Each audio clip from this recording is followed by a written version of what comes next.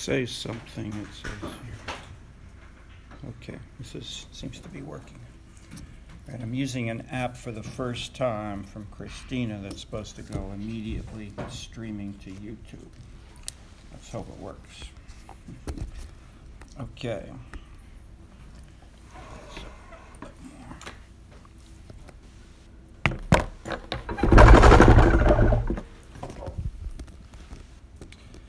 Okay. Paris is the birthplace of Bohemia. Yes, excellent. And one central point. Second and related, how is Paris, say, different from London or Berlin at roughly the same period, or later on New York or most other cities of the world?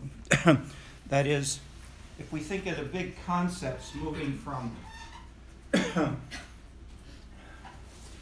feudalism, the traditional societies, clientelism of the farmer, peasant working for the master, then what happened? What did people talk about as one of the biggest historical changes at the end of the 18th, early in the 19th century, especially in England? The Industrial Revolution. Okay, so industry was seen as transforming agriculture, which had been there for thousands of years. And England was widely applauded as the leading country to first industrialize and to move toward this new world order. Okay. What did they do in Paris about this? Did they have a lot of industry? London, Manchester, Birmingham, smaller cities in the English countryside. Smoke, new factories. The French built a couple of factories nearby Paris. And the French immediately said, smoke! This is terrible. We do not want smoke on this beautiful city. Beauty, style, elegance, those things at the court, those values of artistic sensitivity that had been honed around poetry and conversation trumped industrialization. And the French said, no industry, period. Were they killing themselves economically? Many people said, yes, this will be the death of France. This will be the end of French, economic activity. But what happened?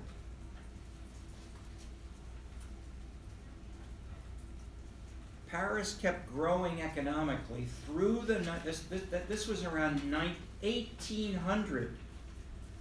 For the next 2 centuries until today, Paris has been doing pretty well economically, but not following the same route as England, Germany, the US, and most other countries of the world, like China more recently, where industry was seen as essential, especially if you had then a theory like Marx, who said the scientific history of society says you must go from feudalism to capitalism with industry, and then on to socialism, and then on to communism. Okay, if you believe that, then you must industrialize if you are to modernize. And so in the Soviet Union, in Eastern Europe, in China, there's a huge effort to build up capital investment, grow, to build the economy, because that was seen as critical. But how do you build the economy? In most of those countries, it was industry. What did Paris do that was so different, and why is that important today for us now? Answer 1, industry is in huge decline today in most of the world. But let's be careful. Industry is going down in the sense of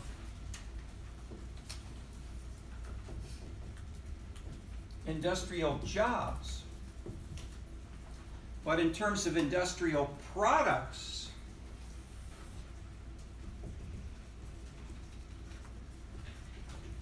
like automobiles, computers, shirts, clothes, industry is booming.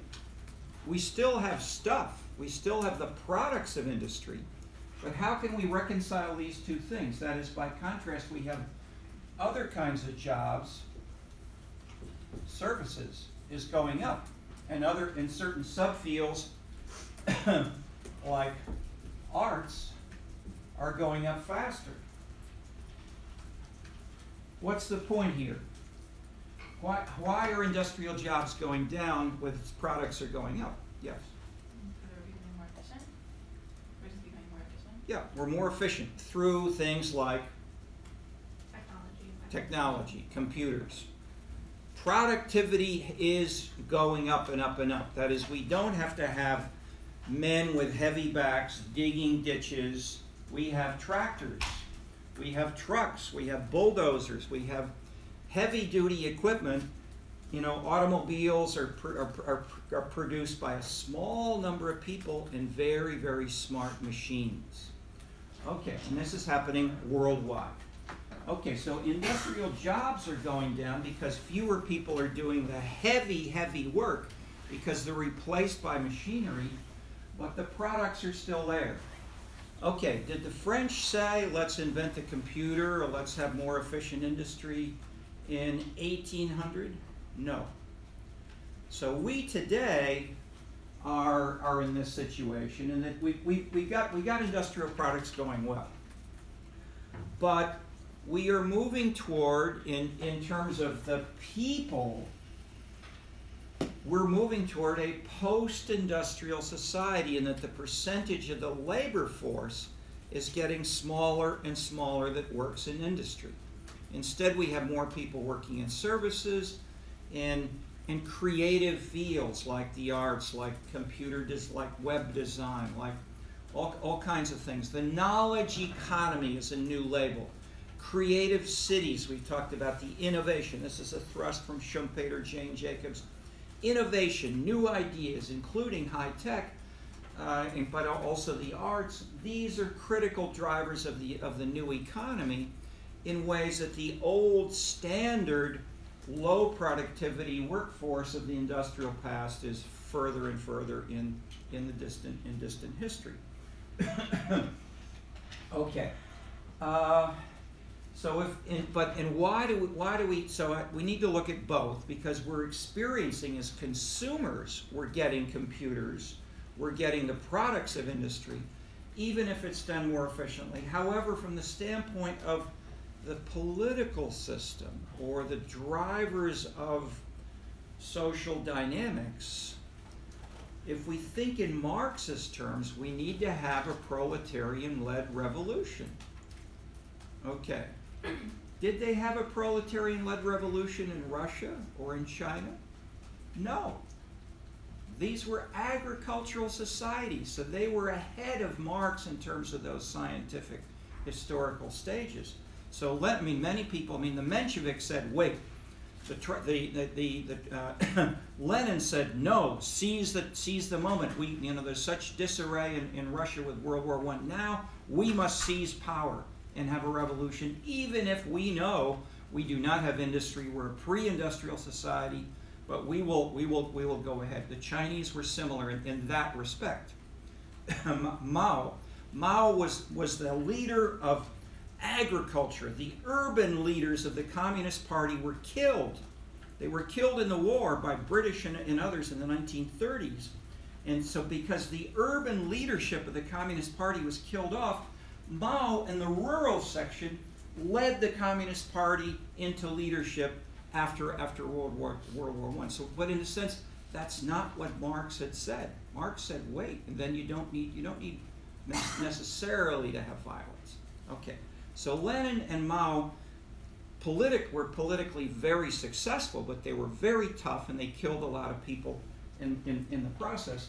But the point is, these were critical for explaining how history took place, and they involved conflict among different social and economic groups, which is exactly what Marx talked about.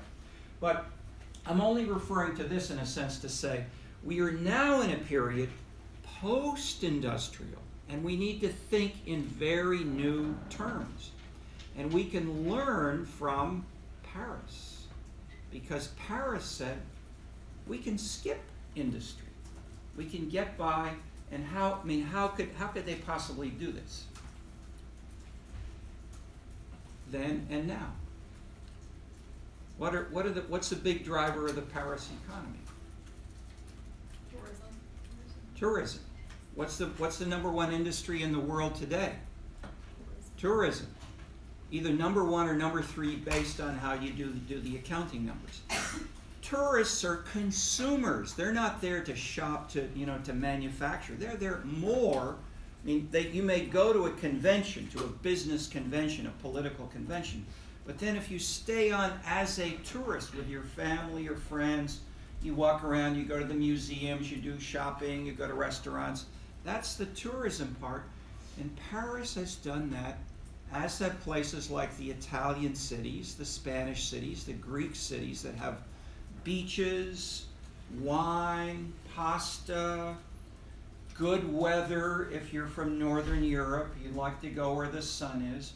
And not only Paris, but Spain, Italy, Greece have been doing this so that in the sense that the tourism is the number one driver of the whole national economy for a long time.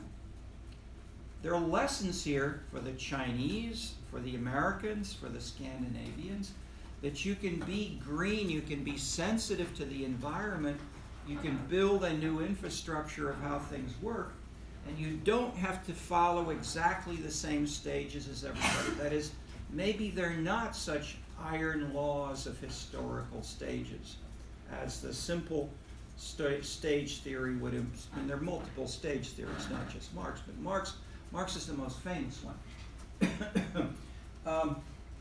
Okay, so with the decline of these industrial jobs, we have Paris as a model. Who then has studied this more carefully than maybe anybody? Many people, but one of the most famous was a guy who went to Paris. He was considered by some the most brilliant intellectual of Weimar Germany, and he was a Marxist. And he was enough of a Marxist that he wanted to have the leading Marxists in Germany, Adorno and Horkheimer, supervise his PhD. They refused. They said, you're not really you're not close enough to the classic Marxist position, and maybe, so Benjamin went elsewhere. So he was always close. I mean, he was largely Marxist, but he didn't have necessarily. Okay, so that clearly, I'm making the point. There are many types of Marxism then and today, ranging from the different parties to different regions, and then how political leaders interpret Marx. Okay, so Benjamin was Marxist from beginning to end in much of what he wrote.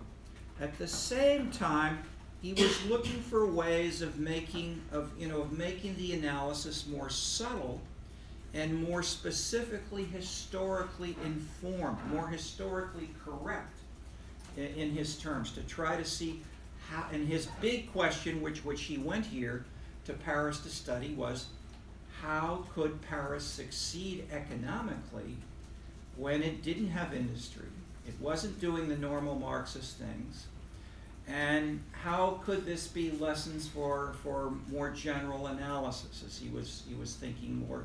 He was a theorist. He also wrote a book on Moscow. He went to Moscow under Stalin. So it was Lenin. I think it's mostly Stalin.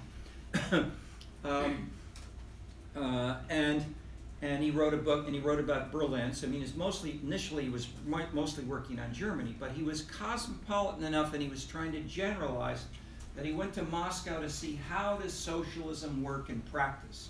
Then he went to Paris and said, how can the economy work here in practice, and join this with the lessons of Marxist theory that we have in Germany with the specifics in Moscow and what's going on in Paris. In that sense, it's a little bit like Max Weber's small and comparative studies, not building a very big abstract theory. He did a little bit of that, but most of what he did was quite historically, very specifically informed.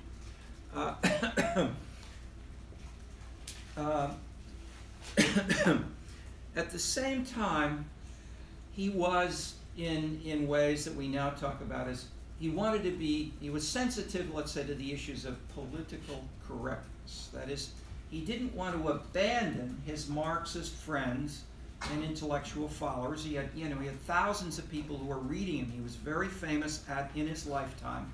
He was not a professor. He wrote for newspapers.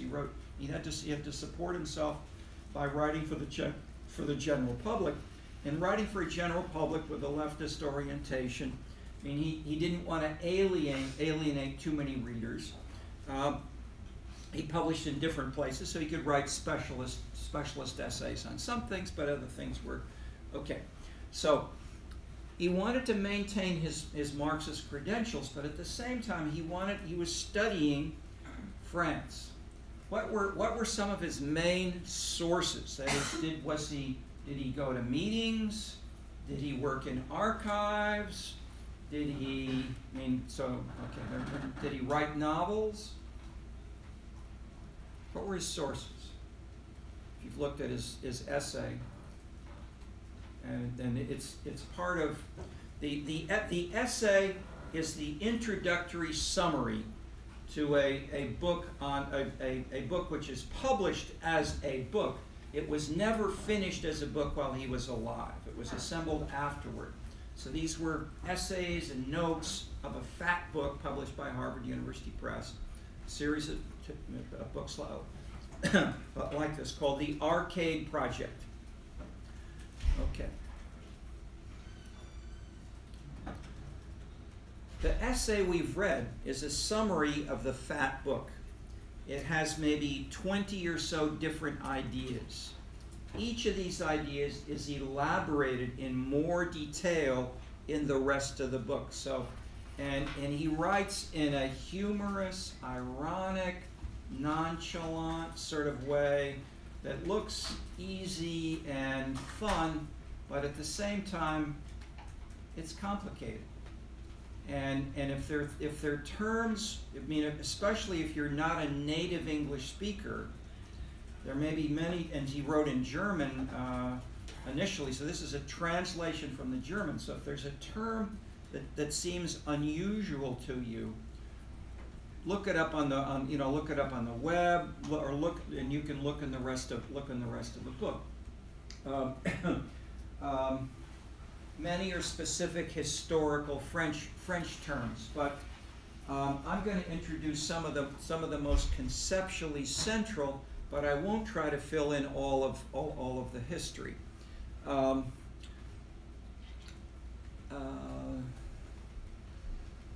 Okay. My first question was, what were his sources? Main sources. I mean, he used lots of things. He read the newspapers. He walked around, and so forth. But his main source, one main source was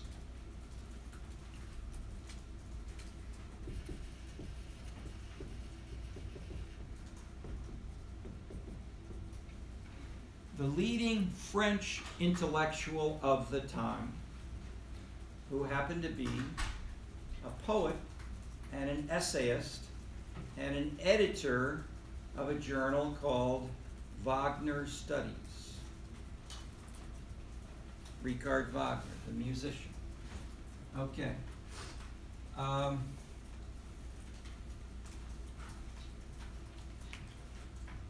Somebody ought to tell me if we're putting this on the board for YouTube. I think there's an E in there. B-E-A-U. Is that right? We need an E. I failed spelling when I was in grammar school. E-A-U-D-E-L-A-I-R-E. I passed spelling today. Thank you. Okay. All right. What's the point of this?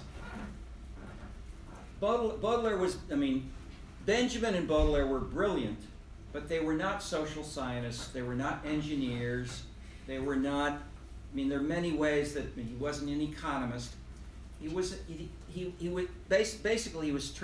a literary critic, but he went to work or tried to work with Adorno and Horkheimer, who were sociologists, philosophers, overlapping with economic history, and Adorno was also a musical composer. So they were broad gauge people, but literature and the arts were central to all of their thinking.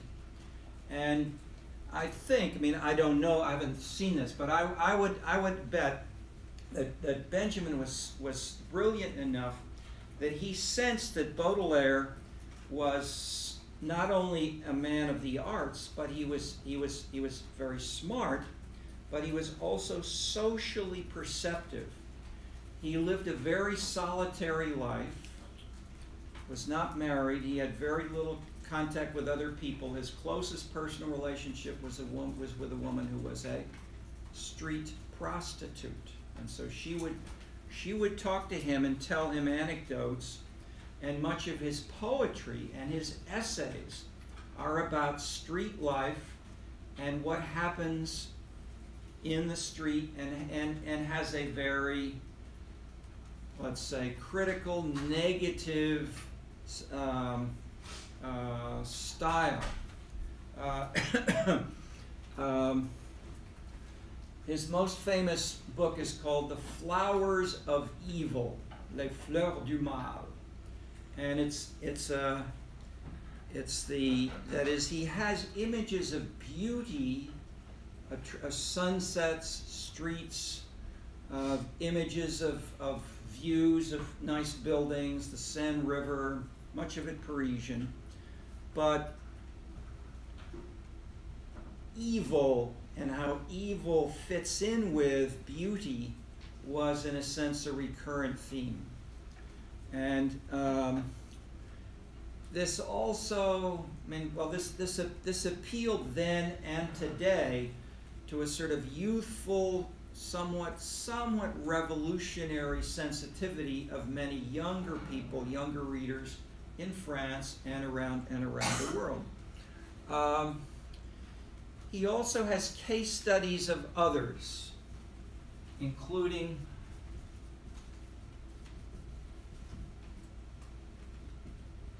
surrealists like Salvador Dali and others.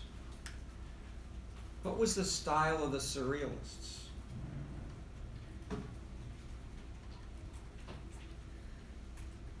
Anybody ever see a movie or an art exhibition or a painting by Dali? Yeah. Well, it's taking real things and changing how they behave in a way that's unexpected and challenges our Just a little bit louder. Yeah, just taking real things and making them unexpected, but in what sort of way? That's meant to make us uncomfortable. Okay, And challenge to us. try to make you uncomfortable. What do you want to elaborate? Yes, in the back. To disassociate from reality. Yes, but there are many ways to do that. So, how about, say, I was going to refer to Picasso's Guernica painting, but he was not really a surrealist. But the point is that they had a sort of social program as well as an artistic program, and socially they were revolutionaries. They were against the establishment. They were against the bourgeoisie. They were against elegant Paris. But at the same time, they weren't really poor and uneducated. They were themselves a bourgeois background. They were cultured. They were sophisticated. So they wanted to do this in a way that would shock. And this we see in others. We see it in Bertolt Brecht. We see it in the German expressionists of the time. That is, the idea was to use art to shock and to question your social backgrounds, and then to say, should we have I mean, that's the sort of Marxist interpretation, which is explicit in a number of these people. Okay, so and there were many others as well in France and Germany in these years. There were all kinds of in Italy, little splinter groups there were often artists. Some were architects. They had political programs. They had quasi-religious, cult-like activities. There's a great book that I reviewed in the American Journal of Sociology a couple of months ago on Durkheim and the arts, where these people are dug out from the 1930s, especially. Or they were, okay, so I'm making the point that this milieu of dynamic change had many elements closer to what we are talking about today than many saw at the time. That is, if you just think of Paris as a less industrialized city, therefore it must be out of date, or a carryover of the past, you miss the point. That is, the innovators, that is, if we flash forward to the first sections of this course when we said, what are the drivers of cities? One I mentioned was innovation. Another was the arts and consumption. Paris was doing this through the 19th and into the 20th century. That's a big point. So I mentioned tourism. We mentioned the arts. We're mentioning consumption. So how could this work just in simple economic terms? How could Paris be vital and economically successful through the 19th century if they didn't build any factories?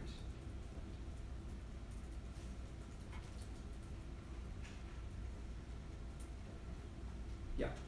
Isn't it the ironwork that emerges and you're kind of building a large city that other people come into? Especially You say the ironwork? Yeah. In what sense? No, from the reading. I didn't completely understand that. From Benjamin? Yeah. The main, and I'm trying to think of the ironwork you're referring to. I mean, he talks about the Eiffel Tower. You mean that? That you just? No, I think he was just talking about like the importance of larger cities that attract people from surrounding areas to shop, namely for textiles and stuff. Okay, here we go. Shop for textiles and more. Okay, that's the beginning of the critical answer. That is, in a sense, over here. Wasn't Paris also like very agricultural once you get outside the city? Yes, I mean outside, but in the city itself it was not. I mean, agriculture was not the main industry of the city of Paris. Right. So what was? Was it the arts? I'd say maybe we could call it entertainment and things that, that's what if you go knock on the front door of City Hall today in Chicago, what do they tell you is the main economic base of the city of Chicago today? Entertainment. They could have said that in Paris in 1820, 1840, 1880, 1920. Yeah. So there were people like passing through from Europe, or like how did they get enough travel? People flow. Yeah. Okay, go ahead. Didn't it also become like an intellectual base for people all over Europe to come and practice art and things? So it wasn't necessarily tourists, but people would settle there specifically to meet other artists. Yes, major point. So some people may have been there for a few days, a business convention or just a grand tour for pleasure, but others were there for 2 years, 5 years. Many emigre Russians, many Italians and Spaniards, especially when there were strong, let's call them authoritarian political regimes under the Tsar of Russia, later on under Franco in Spain or under Mussolini in Italy. I mean, there were many people who left those countries, and the artists, the intellectuals, the writers often like to go to Paris. So they might stay there 5, 10, 20 years. Picasso basically left Spain permanently very early in the 20th century. And so once you have a Picasso there and other people like Picasso sort of showing the way, then other younger Spanish or Italian or Greek artists would come as well. So yes, in that sense, it's an almost, in these terms, you're pointing your finger at some critical drivers of post-industrial societies that we have in Chicago or emerging in Tokyo or other places today. Yeah. Wasn't a lot of this also because of the Haussmann renovations? Yes. Okay, tell us about that. It was like mid-1800s. Old Paris looks a lot more like some of the cities around it, and instead they wanted to bring in more modern tastes. So a lot of modern Paris is because of this. You have very large boulevards, a lot of retail spaces with arcade spaces on the ground level, which is why it's kind of called the Arcades Project. But it basically just transformed Paris from something that had, you know, little alleys and looked a lot more like traditional European cities into something that's more typically modern, or what we see today. And see, careful. Was the goal and the product typically modern, No. or was it more beautiful than any other city in the world, at least in their aspiration? It was beautiful, and it was also more clean. Okay, yes. Modern in the sense that it didn't have little, narrow, small streets with many beggars who might also become politically revolutionary. Instead, they had open boulevards, and one interpretation of many, of left and right, whatever, was this could permit the army to go down the boulevards with their troops and their horses and suppress any political revolution. And there were many political quasi-revolutions in Paris over the whole 19th century. That is, there were continual, massive political changes. They went from, you know, from the monarchy, 1789, the guillotine, they killed off the monarchy. They had Napoleon as an emperor. They then had more, you know, they had more ostensibly democratic elections. Then you had, you know, Louis Philippe. That is, you had a series of kings and emperors and all kinds of, and so there was no single consistent group. And then around all of these, you had very small followings of wild revolutionary political parties and groups that were potentially growing that way. So in that sense, there was lots of political turbulence, and and in the sense that the army might be called in. Okay. So that's the Haussmann piece. He was Baron administrator of the city of Paris region, and he was very tough, but they did massive things in terms of, you know, tearing down all kinds of buildings, driving out all kinds of residents, and so, and specifically, the poorest people, the beggars, poor people who went around, and so forth, asking for money, unemployed, were basically driven out of central Paris to the north, or to the north and northeast a bit, and those regions today are called the Red Belt because they became the politically left, and especially the Communist Party had stronger voting in those areas where they had more blue collar workers, and the mayors of those cities. These were separate communes of the greater region called Greater Paris. So you'd have downtown Paris, but you then have these external areas, towns. Okay, Haussmann is a good piece. Intellectuals are a good point. Tourism is important. You also had people who built houses there that they would talk about, such as the English or the Germans, industrialists or others, who made lots of money with their industries in foreign countries where the dirt was, the smoke, you know, in London or Birmingham or whatever.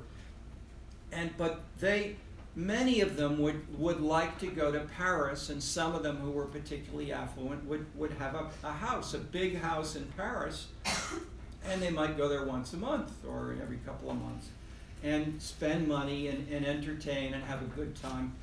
So they'd earn their money in a dirty Birmingham, but they'd spend their money in Paris.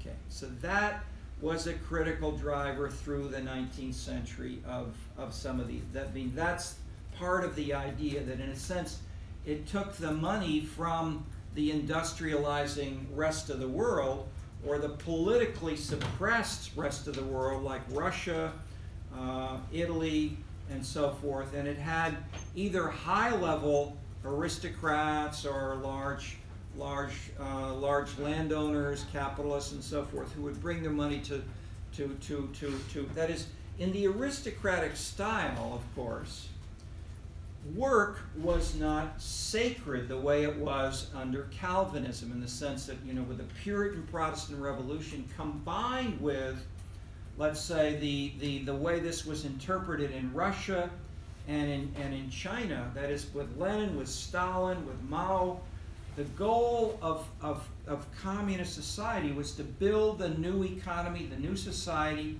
and it meant work, work, work, work through production. Not to spend your money, buying pretty things, which would hold back, and if industry was seen as a driver. So you had these big factories, not only in Russia, China, all of Eastern Europe. These were central, and they were state constructed for steel, for automobiles, and so forth. These were seen as the driver of the economy, and we still have debates going on today. I mean, how much do we need strong state control versus a more competitive market system? And so China in the last 20, 30 years has become more internally market competitive within the economy, even if the political system has remained more hierarchical. But the political system is opening up as well. So the question is, how do these pieces fit together, and what are some of their dominant? But one big theme clearly is the consumer-driven economy, and so this is openly discussed explicitly in China today, and it's more important for China in a sense because these are public decisions. These are not just individuals doing things on their own the way it happened more in say in England or the U.S. Instead, this is central policy, so that you can have the Communist Party explicitly discussing what will our 5-year plan be, how will we plan for this. So that process tends to make these things more explicit and explicitly public policy decisions. Okay, we're putting the pieces together not only at Paris, but of theorizing about how can cities and economies and political systems change. And then we're using these examples to generalize to China, to others at the present time, including the U.S. or London at the present time, which have gone through.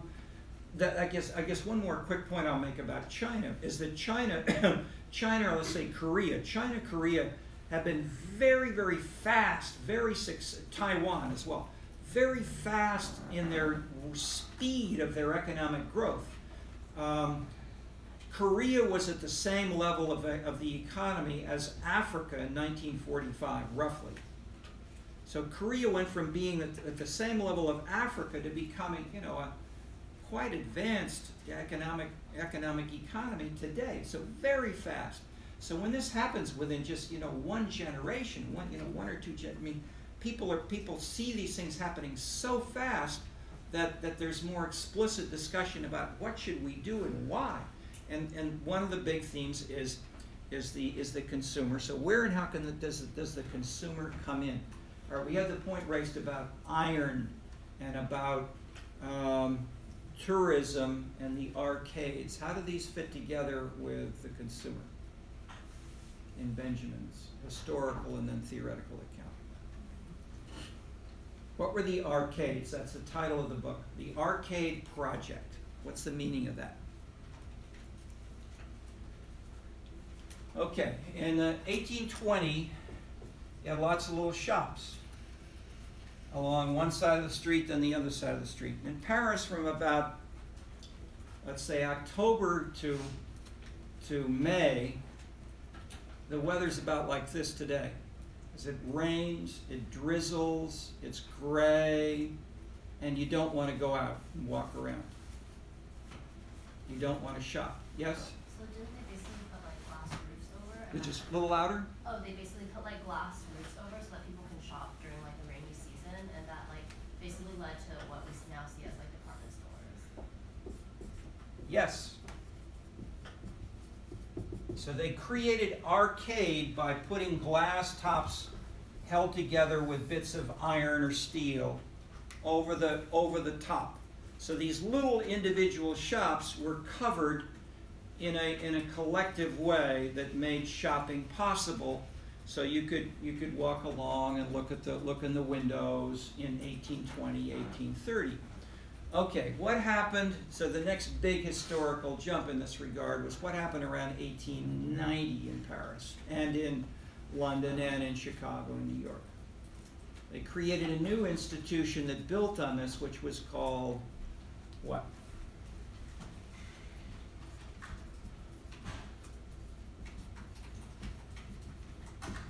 Department stores. So you would take the same idea as the arcade, but you'd put it in one company's building or a series of buildings. And you might have sections in it for women's dresses, men's ties, shoes, and so forth. But it would be one big building by one company. And maybe they could do things like sell at lower prices because they could buy in larger quantity, and you could also see things more inside. And in ways, okay, so then who were the people and what was the change as we went from arcade to department stores? Let's say 1820 to 1890. What was the social transformation? So let's go back to 1820. What was the label that was used by the French and that Benjamin talks about to refer to this person who's shopping and looking at the windows and wandering through the streets? What's the French term for that?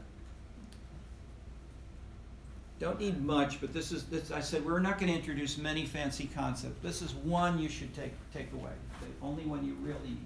I don't know how to pronounce it. Like, it's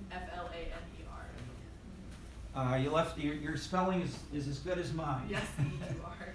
Okay, F-L-A-N-E-U-R. Le flâneur. Okay, this is the person who wanders through the streets, walking slowly and shopping, and in the and then later on the grand boulevards. When the weather was okay, you could walk on the grand boulevards and shop as well.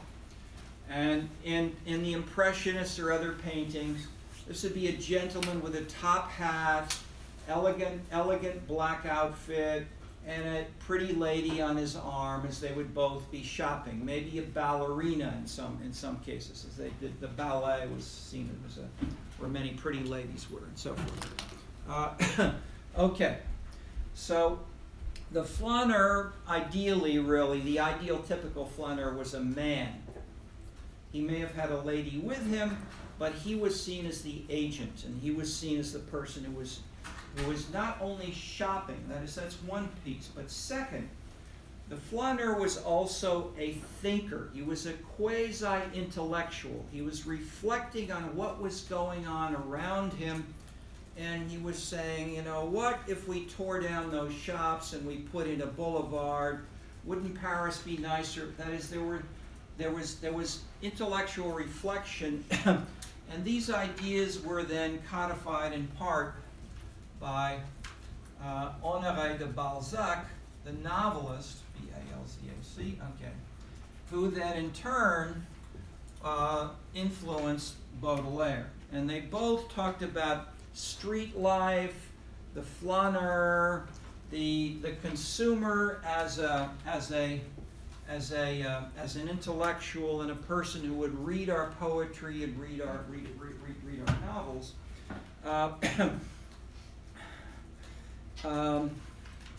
Why is this important for Marxist theory? Not just Marxist, let's say for neoclassical economic theory. Alfred Marshall, Adam Smith, and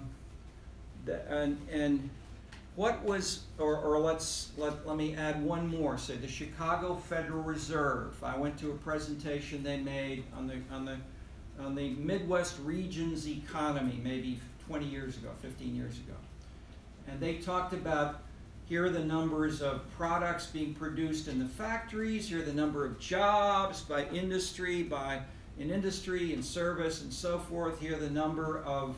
Here's the income. Here's the. That is. Everything was production. They said nothing explicit about consumption. They didn't talk about shopping or department stores. They didn't mention conventions. They didn't discuss the consumer, the restaurants, nightlife, retail, Michigan, Northern Michigan Avenue, all of that was ignored in that is, at least, it may have been there implicit, but it wasn't broken out in a way. Everything was informed by the idea of production. So I went up to the guy who made the presentation. He was the director of research at the Chicago Federal Reserve, and I said, you know, how about talking about consumption as well as production, because Chicago is now doing this with a vengeance. The mayor knows this. The mayor is talking about entertainment, about tourism. Why don't you try to bring the economists up to date with what's happening in the city? And he said, maybe we should. So he came to one of our meetings. He listened to 4 or 5 presentations by people working on this stuff. Then he invited me and Edward Glaser at Harvard, economist trained here, has been at Harvard for 15 years or so, to organize a session with about 80 economists who came from all over generally the Midwest, but anybody was invited. And by the end of the day, a third of them were ready to, I would say, just from the conversation, a third of the discussion was interested and trying to think about how to pursue explicitly incorporating consumption into the traditional production focus of most economic analysis. And so it's happening. And I would say among the social scientists, the economists are sometimes ahead of the political scientists and the sociologists and the anthropologists who still talk about capitalism as if it's production driven rather than consumption driven. It's both. You need to look at both. But if you leave out the consumption side, you leave out Paris, you leave out the flaneur. So the big conceptual point for social science and more general Marxist interpretation of these things, and this is part of why Benjamin had trouble with his Marxist credentials, was if you talk explicitly about the flaneur as a driver of the economy, and these arcades being covered over and looking at the clothes in the window, or going to a department store, and this matters because if the department store sells more, it orders more shirts, it orders more shoes, and that creates more jobs and more investment. The driver is not the investment, it's the consumer. That reverses the image that capitalism drives the economy. No, this is saying capitalism follows the flaneur. The flaneur is the leader. Taste and choosing those things which match your taste are the critical driver. That's what it means in China today to move from a production to a consumption-driven economy. It reverses the normal theory about how the whole economic system works. That's why it's hard to incorporate, but why I'm stressing it. I'm not saying this is that you can or should take this from a capitalist tradition like the U.S. You can take this from a Marxist theorist and look at how did this break into Marxist theorizing. Benjamin was the key person who introduced consumption into Marxist analysis. That's the big revolution. But he did it. He didn't hold up a flag and say, I'm changing Marxist at all. He did the opposite. He continued to write as if he was a Marxist like the others. He used, when he talked about Haussmann, he would talk about this will permit the capitalists and the establishment to put down the revolution. And he uses many classical Marxist terms in the essay. Class struggle, class conflict, proletarian, bourgeois. Those are all key concepts in the essay.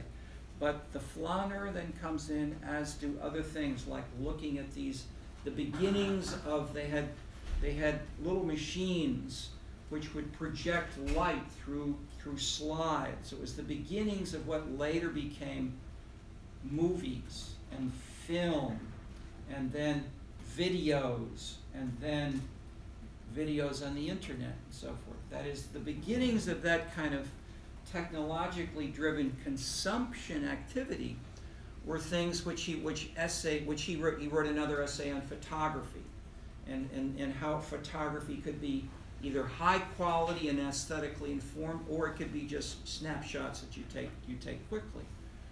He was, in that sense, he was fighting with Adorno, who was saying, you know, this, if it's mechanically reproduced, it's Fauch.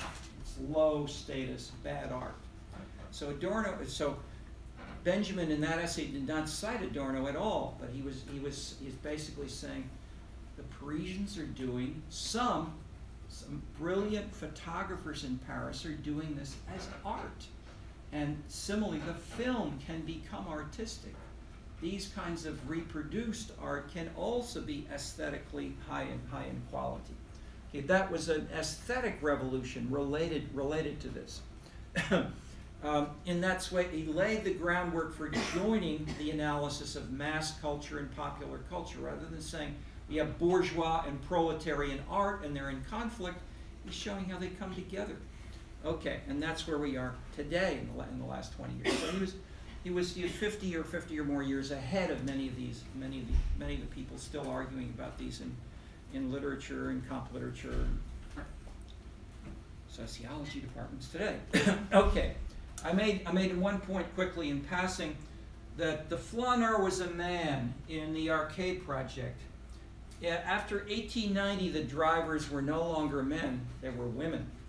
So the women were shopping because they were not in the street. That is, the arcade were still in the street, and the street had a little bit of potential risk. There could be thieves, people could come up and rob you, they could steal your purse, I mean, they could hit you or whatever. So you needed to have a man protect the woman. Okay, in the department store, that was not true. That women felt safe. They could walk around inside one big building, and so they did the shopping more on their own. What happened to the men? Okay, there's their writings on this now.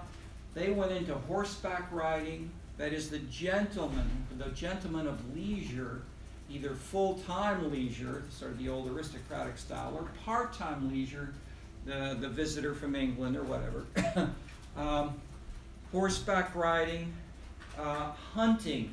They would go out and hunt in the woods and the like. That is, these were the activities which had been there for a long time, but the point is there was a gender change in terms of roles, so that within the urban context, these men were no longer as visible as, and so in a sense, in many respects, there was from then until today, women have been more important as leaders in many of these consumption activities.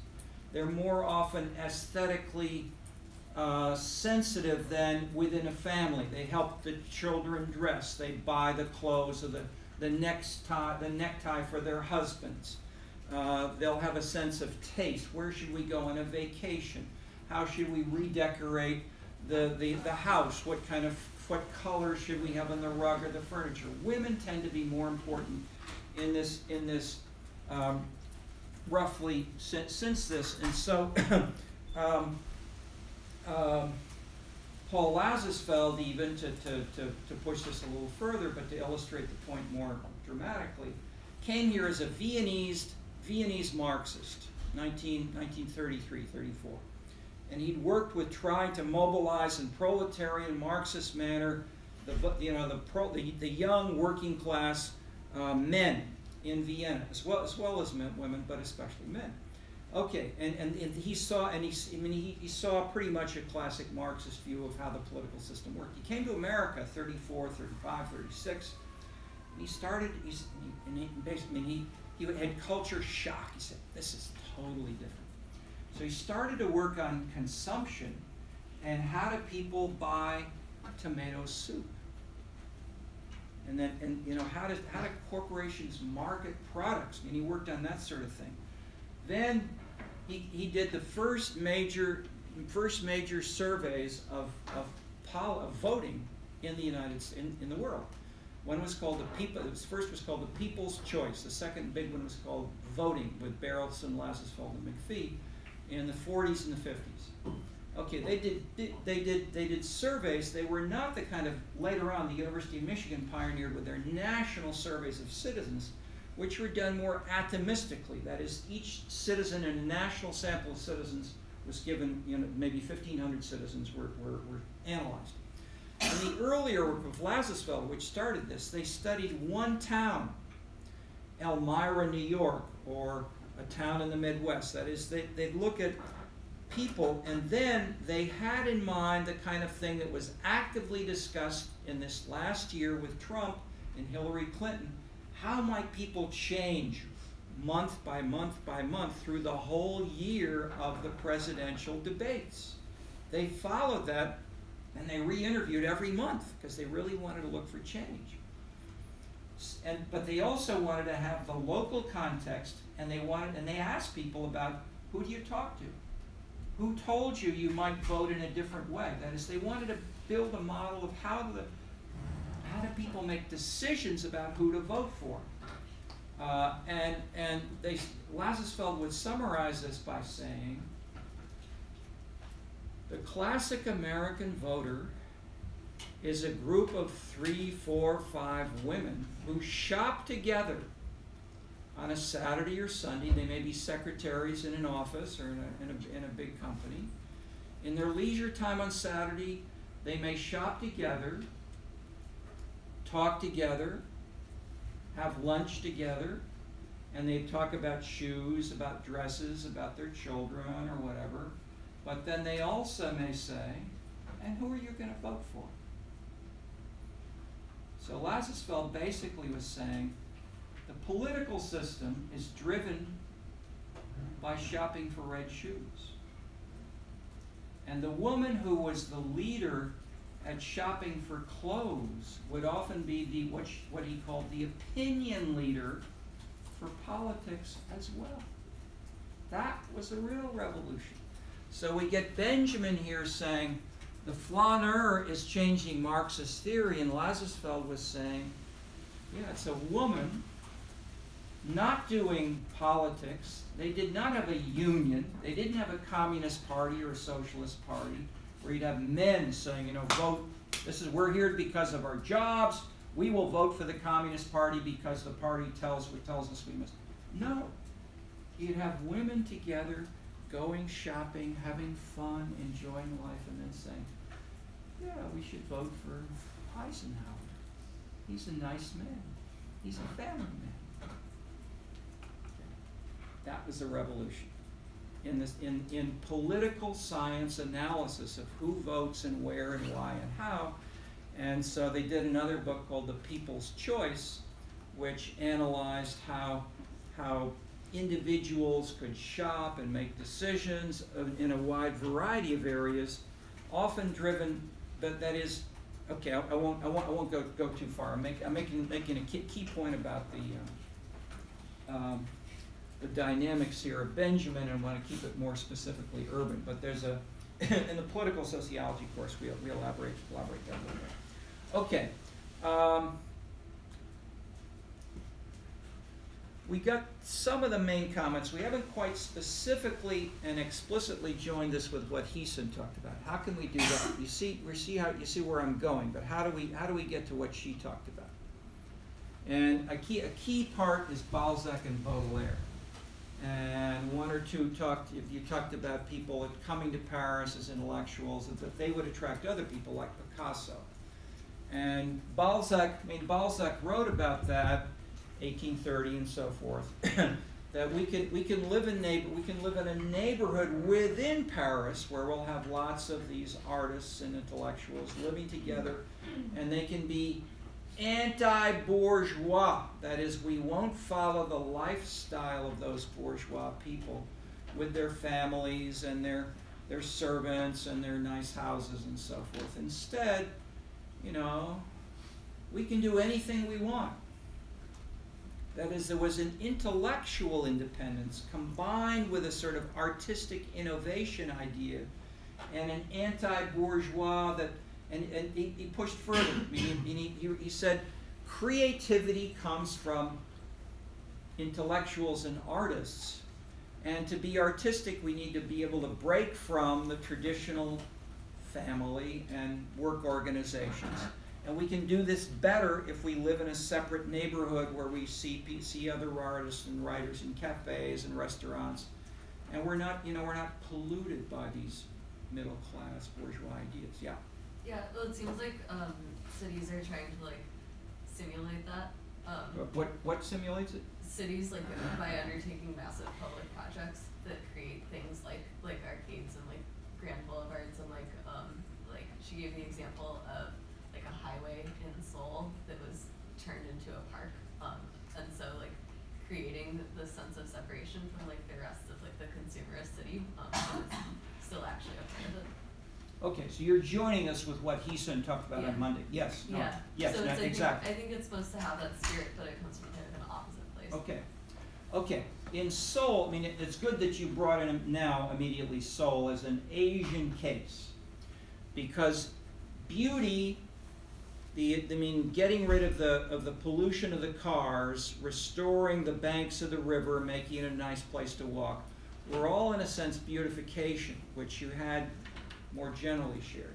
But the next step in the analysis was what I'm getting to, of the artists want to be independent of the lifestyle of the bourgeoisie. And in that sense, Heesun probably got into this as well, talking about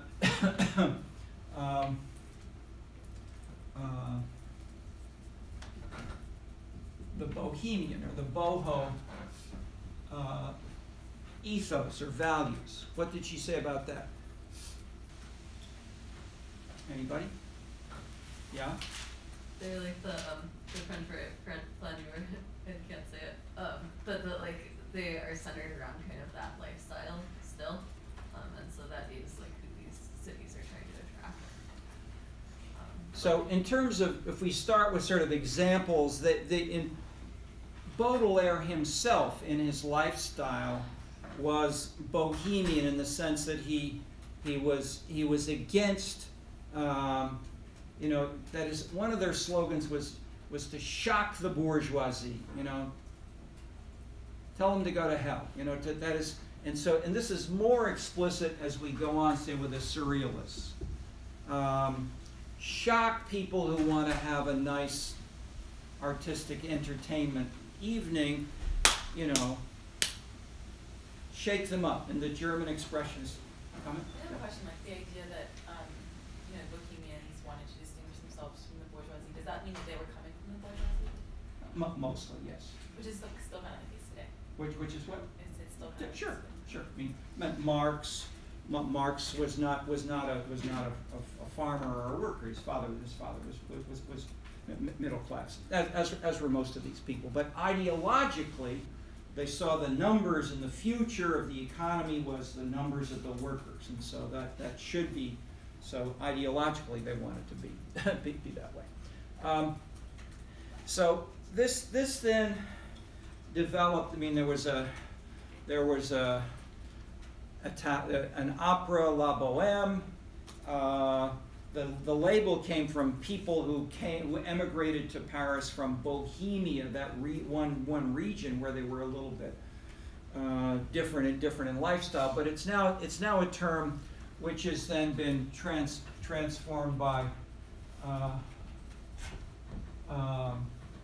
David Brooks, New York Times writer, into bobos. What are bobos? Bohemian, bourgeois. Both French terms, but the idea is that you're bohemian in lifestyle, but you have bourgeois income. And so examples people cite are, say, Bill Clinton, who may have had, some people joked at the time, he's the first black president of the United States because his lifestyle wasn't proper white middle class. He had too many girlfriends and so forth. And he'd go to Hollywood with, and entertain with, and he'd play the saxophone even though he was supposed to be proper president. So he did things which were seen as somewhat bohemian, but he had a pretty good income, and so Brooks has written about this combination. That is, you don't have to be a penniless artist in order to be a bohemian. You can, that is, so as as the artists or the people who have this. And so Rich Lloyd's book on Wicker Park in Chicago says initially, and it's a classic kind of gentrification kind of discussion, you may have an artist or set of artists who initially move into an area like Soho in New York, Wicker Park in Chicago, and they define with an ethos of bohemia, that this is a cool place to be. We're not traditional middle class. Instead, we're more cool. We're out at night. We're entertaining. We're in bars and so forth. More open, individualistic, free expression, etc. And that lifestyle then attracts others who may be stockbrokers, lawyers, doctors, and so forth, but who are young, especially singles, and who move into the Wicker Parks or the Sohos. That drives up the rent, and then the artists are driven out so that's the classic simple gentrification story.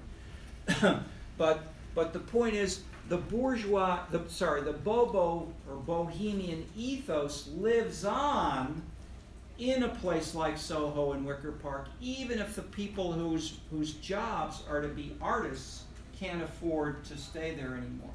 And so Wicker Park, in that sense today, is still culturally different as a neighborhood from Lincoln Park, which is more, it's ironically, Lincoln Park in the 1940s and 50s was a more artistic neighborhood, but it's become sort of the establishment upper status north side, or the Gold Coast. I mean, so those areas are not visibly bohemian at all. And so Wicker Park is, even if the artists have moved elsewhere. So this gives us a theory of neighborhood dynamics and change within cities by drawing on these kinds of sources and building on the case of Paris. Okay.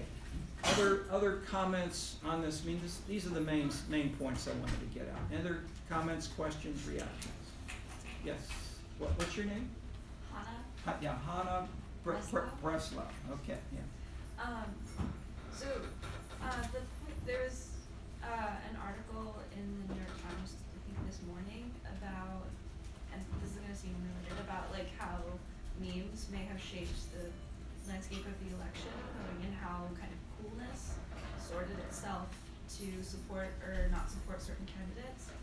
And could that be seen as an extension of what you're talking about, how the women in the department stores end up shaping the political conversation by having good taste and political kind of leanings and attitudes? It's like the idea that your status via like cultural capital translates into actual political influence. Yes. And I mean, we had a BA and an MA on this last year on how people like Madonna or cool, that is, many of the artists and bands who might have been invited to the White House to celebrate the inauguration of Donald Trump refused. They said, I will not support, in any way this president. And so that kind of political engagement over social media clearly, but the way you put it, so your first term is memes? Right, so just kind of internet images that come out of people. It's not produced Average by the campaign. People. Yeah, it's okay. not produced by the campaign. Sure. It's not official Sure. material, Sure. but it's usually comedic or making fun of or supporting. Like Bernie Sanders is on a unicorn or something like that. Okay. So yes, I mean, maybe not exactly, but the spirit of what you're saying is right on. So thank you. Other comments, questions? Yeah. No, you go ahead. Sorry. Just going back to earlier in the lecture when you were talking about Benjamin, how he introduced consumption into the Marxist analysis of capitalism, I guess. And I was wondering what would be the corollary for how does that explain the beginnings of capitalism? You know what I mean? If consumption is a huge part of his analysis, then how does he think about the beginnings of how does this big thing arise? Because within industrial stuff it's much more clear. Well, I mean, the simple answer would be the political leaders of the city of Paris said no industry. and in a sense, I mean, Benjamin wasn't making the decision, but he was trying to understand how could these leaders build, let's say, so that is, you can build a modern, economically advanced society without heavy industry. So in that sense, I guess you could, if you want to have a bigger label for it, you could call it there are multiple paths within capitalism. There are multiple types of capitalism, rather than saying, especially at the city level. There are many different cities. That's one reason that we can learn more about everything by studying cities and neighborhoods, because you've got, as you look, drill down to the individual city and neighborhood level, things don't fit the simpler story. And this is Paris is a perfect case of that. Okay, that's the short, simple. So. Just real quick, because I know it's time to go, but just connecting Wasserfeld to Elazar, has there been theorization of like feminine political cultures, or specifically women's political cultures? Because this is a model that I can see fitting in some places, that like in Iowa, where I grew up, for instance, and like where my mother grew up and her mother grew up, women's political cultures were, we were told explicitly, as a woman, you do not talk about politics, sex, or I can't remember the third one. But, and it wasn't until my mom met my dad, who was a Latin American leftist, that she became, politically active. But, so in that time, I mean, I hear stories like even my grandmother would just vote for whoever was most attractive on election day, and so that was considered pretty and proper, and you don't talk about or think about these things. So is it just different kinds of feminine political cultures that we're talking about? Because I see this model fitting maybe in more urban areas or intellectual areas, but not necessarily everywhere throughout the 20th century. I give the quick answer to the same as I did the last question, namely there are multiple paths in ways to be a woman, as there are to be a capitalist. But more specifically, or to be a socialist or a Marxist. But more specifically, take a look there's a paper in the American Journal of Sociology on 4 kinds of lesbian cultures in 4 different cities in the U.S. And so even if you take not just women in general, but lesbians, and then look at their lifestyles. That is, instead of labeling them as the same culturally because they have women as partners, instead you look at how do they dress, how do they lead their lives, what are their relationships with these images of lifestyle do you vote for? 4 drastically different places from Maine to Ithaca, New York to California. I'm blocking on the name of the author, but I'll unless anybody else. Okay, we're blocking the name. But anyway, if you look at that paper for a serious ethnographic study in these four different cities and answering directly your question. Okay, thank you.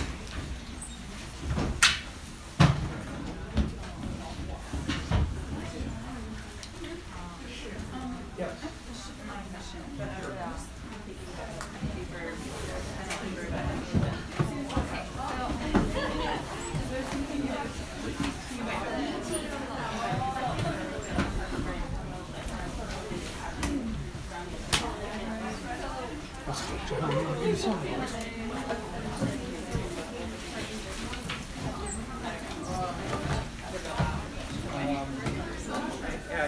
With the people coming in, I think we need, so this is Wednesday. So can we talk about either individually or on Monday and or email or whatever?